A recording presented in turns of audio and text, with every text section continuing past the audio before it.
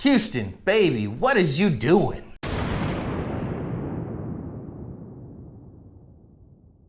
Hi everybody, welcome to today's lesson here at Active Self-Protection. I'm your host as always, John Correa. Joining me today, ASP Chief Executive Officer Stephanie Widener. And we have 4 videos today out of Houston, Texas. Houston, seriously, get your stuff together. The Mantis Blackbeard is an innovative rapid trigger reset system for your AR-15 pattern rifle that makes your dry fire much more effective and fun using your rifle with your sights and your trigger. It integrates with the X10 and can help you improve your carbine shooting dramatically. Check it out at the link below. In our first video, what we're going to see is this black car is what our perps are using, and you're going to see them do something we're going to see several times here in today's videos is back their car in, take their time. Now in this particular shop, what you're going to see is our first guy's going to get out here and the shop appears to have a lock on the door that's remote access. So he is going to, ask for in, no, oh, it's locked. Hey man, let us in, whatever. Then what he's going to do as soon as he gets it open, he is going to leave it open for the guy in the very bright shorts who actually has the gun on him. So he's just going to instantly bring that gun up and tell the clerk that he wants the stuff, and the clerk's going to back away. And now, again, our initial dude there is going to go and start stealing out of the register. So we see him come up here, and this is the first robber I've ever seen in pink and bright yellow shorts. That's a uniqueness. They're going to take him in the back there where the safe is open already. He doesn't have the safe closed. He just opens it up there and tells them, okay, take what you want. Now watch, he's gonna back away from them. They're gonna put all their attention on the safe here into getting the phones that they want. There's obviously high dollar phones in there as well as ones that they're not real interested in, it would seem. Then they're not quite satisfied here, and our dude with the gun's gonna ask him, where's all the expensive stuff or where's the money? And he's gonna say, hey man, that's everything. Now you're gonna watch here from the other angle is he's gonna boop that clerk right on the snoot, put it right up against his forehead and nudge him with his finger on the trigger. Then they're gonna take money out of the register that's in the back as well, take all that, and then they are going to finally run off, thankfully, without hurting the clerk. Second one here at a dollar store, and this guy is gonna walk in, wait for this person to finish their stuff, and they bought apparently groceries for the week there. And now our perp is going to come up and set his stuff up on the counter like he's got something, and he's gonna actually buy something here, put something on the counter, and then clerk's gonna scan it. It's gonna hand the clerk some change here. I mean, truth is stranger than fiction. Then when the clerk goes to get him his change, he's going to put a paring knife in the clerk's space and say, hey, give me all the money out of the register. Otherwise, I will cut you some apples or something. And the clerk doesn't want to have any apples cut, so he's gonna hand over the cash out of the register, and our dude is gonna walk out with a stack of George Washingtons, apparently, from the dollar store. And there is our second robbery. In this third video here, we see this pickup backing in and looking around the parking lot, taking their time, just getting where they need to be so they can also make a quick getaway. You see our guy getting out of the car here, looking around a little bit, but then he must have forgotten something in the car, so he's going to climb back in here. During this time, the bad guy sneaks up on him, and there is a bit of a fight there. They're going back and forth, and the driver is thrown into the parking lot where our bad guy is going to try to get away in the car here. Our good guy tries to get his car back and is opening the door and trying to fight for control back into the vehicle. The door is shut again, but our bad guy is not able to start the car. He clearly doesn't have the keys with him, so they're just going to keep going back and forth with this door, trying to gain control for who's going to get the car. Now we're going to start a little bit of a fight here, but it breaks up fairly quickly, and our bad guy gets away. He's going to have to run a while because his friend left him a little bit ago. Next one here, we have a car cruising around a parking lot here. You'll find out later they're just looking for some opportunity here. When they find it, they are going to take some time to back into the parking spot as well. And they're looking for just the right opportunity here. When they find it, they will back in there. So back at the end of the parking lot here, there's not a lot going on, but they have spotted something with the brake lights you see there, and they're going to get in position. In the white car there is who they have spotted. There is what is, she's probably sitting in her car because we don't see anyone getting out right now. So they back right next to her. And there's going to be this pause here while they're waiting for her to get out of the car, and while she's just starting to get out of the car now. You can see that this is a woman alone. She's got a purse there on her elbow. She gets far enough away from the car that they are ready, and they sneak up behind her, grab the purse. She's obviously doesn't expect it or see it coming, and they get away from her before she even knows what happened, takes a few steps after them, but obviously they are gone. Now let's go back and watch these all again and learn some lessons.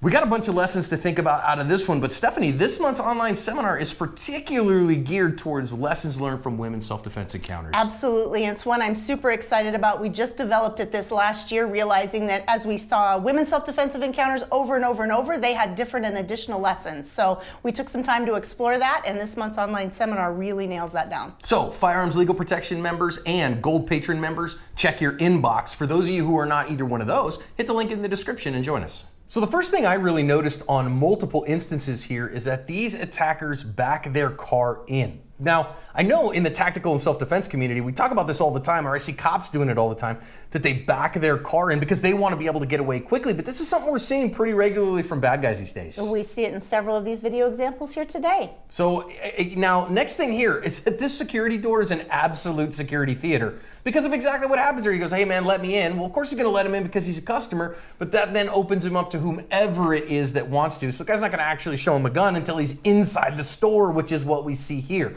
Now let's talk about our counter ambush opportunities here, Steph, because what we see is this guy come up and just stick a gun in his face. Purposeful compliance is the way, but we see this on camera all the time. They watch where our bad guy's gonna look away pretty quick with our good guy with his hands up. And if you have a 1.5 second draw to first shot, he shows you his ear like that, you can go get him. He just cannot physiologically react in time. If you have a 1.5 second draw to first shot, you are ahead of him. And the second point here now, again, you might say, well, wait a minute, we don't know that the clerk is armed. I don't know that the clerk is armed. Of course, I would recommend, Texas is a constitutional carry state, like my home state of Arizona, like your home state of South Dakota. And again, carry your firearm, gosh darn it. But even if not, if you're a martial artist here and you've practiced some gun disarms, that dude looks away, you can take that gun away from him in a hurry if you practice the 5Ds plus 1. Yeah, for exactly the same reasons. He's behind the reaction curve there and gap, and you can get ahead of him if you can move quickly and if you are prepared for something like this when all of their attention is focused elsewhere. So again, not saying you have to do that. Compliance did work in this particular case. But let's look for our second opportunity. So he opens the stuff for them. Hey guys, take whatever you want. Cell phones are here, whatever. Okay, fine. He backs away and now all of their attention is away. He could literally, Steph, have a 9-second draw to first shot here and he has the drop on these guys. He has all the time in the world. He's just never, I'm guessing, thought through this scenario and is still trying to process what's happening. He's not able to move forward because he's still trying to figure out what to do. You have to think of this stuff ahead of time and know when you have opportunities like this, now's the time to act. Yeah, clearly this guy does not work at a Metro PCS because, Metro PCS employees are like 5-0 in gunfights on active self-protection. It's crazy. They're really ready. But again, if you have a 2-second draw to first shot, in this particular case, their attention is so fixed. Now, let's think about very quickly how we would address these threats. These guys are all acting in concert. They are all a deadly threat to you, though of course you would first want to target the guy who has the gun in his hand and then deal with his accomplices as their actions warrant. Yeah, we've only seen one gun to this point. We only see one gun in this video, so that is the first person that I would address. But again, like you were saying, legally you are justified in shooting any of the people at this point because they're acting as a group. Now, and again, eventually their time is going to run out, but we see here they've just got all day if the clerk has the ability to do so, or to run off, but we don't know if he's got a back door out there, and eventually that ends. Now let's talk about the ending bit here that we see the boop there. Now I hear this from people all the time and they say, oh, in reality, you're never going to do your martial arts gun disarm because bad guys never put a gun that close. And yet here we are, it's that close. Again, this is the second time that it's that close. And yeah, again, just a great opportunity to do something about this. And that guy looks really intense in this moment. The compliance did work out this time, but there's no guarantee here that it was going to. He didn't find what he was looking for and he's angry. For my friends who are martial artists, though, I do want you to recognize, notice that the thief the perp has the gun in his left hand. So most of the time we practice our gun disarms on right-handed people, and rightly so. About 85–90% of people are right-handed, but practicing some on the opposite side is very smart because he had the gun in the left hand, and what works one way, you got to reverse for the other way. So just make sure that when you're practicing that on the mat, you do practice a little bit of time with that. So you steal stuff, they get away, it's not your stuff, that's fine. Now, next thing here that we want to talk about with this next guy, again, no pre-attack indicators here. Guy is looking around. We do see a bit of a target glance, but not really a whole lot here. However, when's the dangerous time with you as a clerk in a store? It's when you have the register open. So he's going to do the thing. He might have just decided to come up and said, oh, give me the stuff out of the register early, but he decides to wait until the register is open. Now here, where's our chance for a counter ambush? It's right here if we want to use it. Yeah, I mean, he's on the other side of the counter with this little knife. There's all kinds of times to step back if you have a firearm and draw and take care of this threat right now. It's so, listen, again, carry your firearm. And I get it. Some people say, wait, it's against company policies, and you have to weigh if you're going to break that or not. But for me and for mine, I think that I'm willing to take that risk. Especially at a place like a dollar store, that type of job is kind of a dime a dozen. You're able to immediately move into another entry-level position somewhere else. I would say the company's more worried about protecting themselves and their own liability, and you need to be concerned about protecting yourself and your liability. Yep. And I think in this case, just giving over the money did a fine job of that. It's not your money. I'm not saying to protect the company's money. Far from it. But that guy's threatening the clerk with a gun, or with a knife in this particular case, but it's not immediately deliverable. He's not in a spot where he could actually get that to you, though he's threatening you with that. So again, having the ability to launch that counter ambush here and take care of that threat would have been perfectly acceptable. I do want to take a moment here and stop and say that this guy should be convicted of a fashion crime for the slats and socks. I don't know if it's chilly or what, but I don't know what's going on here. That would get a D- in any fashion app I put it into. I mean, definitely, if you put that in your fashion app, you're going to get a D- at the best. So, come on, man. Come on. At least, don't fail the fashion police there. Right. And again, the clerk wasn't hurt, so life's okay. Now, here we see this back in again. And I'm starting to think here we see a trend, particularly in Houston, but in other places as well. See people taking a lot of time to back in like that. It doesn't mean they're an attacker, but it means you should pay attention. It means they're paying attention and they want to be able to get away quickly for maybe the same reasons you do, maybe for not the same reasons you do. So it's something to pay attention to. You see somebody back in a parking spot. This is not something that kind of the sheep do, as it were, the normal people who are not paying attention to their world. But we see attackers do it, and we do see folks who are self-defenders do it as well. What I see here from our victim in this case is it doesn't seem like he is paying attention to what's going on in his world. He's just kind of absorbed into himself, forgot something in his car or whatever, and paying attention. We say this all the time. Attention buys you time. Time buys you options. In this case, might have bought him the option of locking his dang doors. Right. He has absolutely no time by the time he realizes what's going on. So he's going to get in the car here to get whatever it is he forgot or do whatever it is that he's going to do. And this guy's on him before he even knows what happened. And probably the big thing that I see in this particular case is he left his door open. Again, if you got to get in your car, one of the things we say all the time, get in the car, lock the doors, then do anything else that you want. The door is an effective barrier. Now, of course, if you have young kids that you got to get in the car or those kinds of things, you got an infant, you got some, a very small baby, that's one thing. But even toddlers, man, get in, close the doors, lock the doors, let them get themselves in the car, then turn around and strap them in. Yeah, we see that the bad guy here was the one that was paying attention, and his attention got him all kinds of options to get to this car. Now, this is a bad fight. Dude decides to come up with you. This is a robbery by force. The description that we've linked to in the description of our video from Houston PD says this guy wasn't armed, but you are in a fight with a guy standing outside your door. This is a tough fight to be in if you've never worked on this problem. It is a very small, we call it normally like a vehicle close quarters kind of a problem.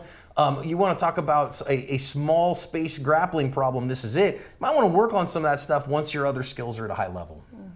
Yeah, for sure.